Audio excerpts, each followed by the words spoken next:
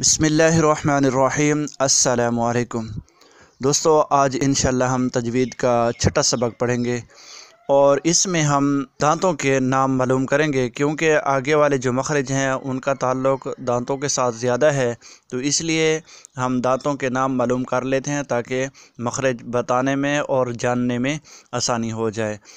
تو اکثر انسانوں کے منہ میں 32 دانت ہوتے ہیں، 16 اوپر اور 16 نیچے۔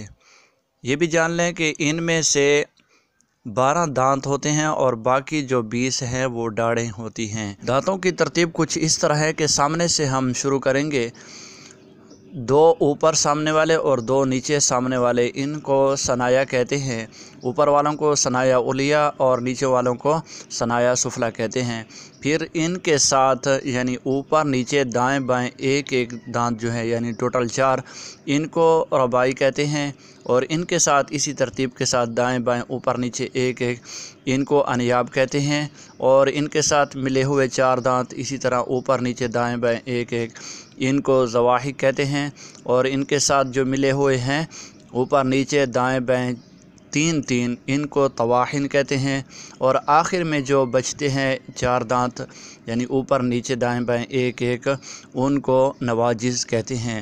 ان میں سے نواجز 4 اور طواحن 12 اور زواحق 4، یہ ٹوٹل جو 20 دانت بنتے ہیں ان کو ڈاڑھیں کہتے ہیں، اور عربی میں ان کو اضراس کہتے ہیں۔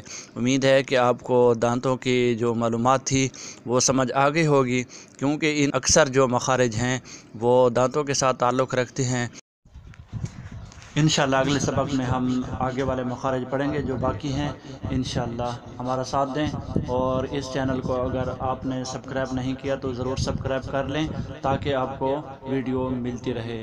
بہت شکریہ، والسلام۔ اگر کسی نے رابطہ کرنا ہے تو یہ نمبر ہے واٹس ایپ کا، قاری گلزار احمد، اور ہمارا چینل جو ہے وہ QGstudio ہے۔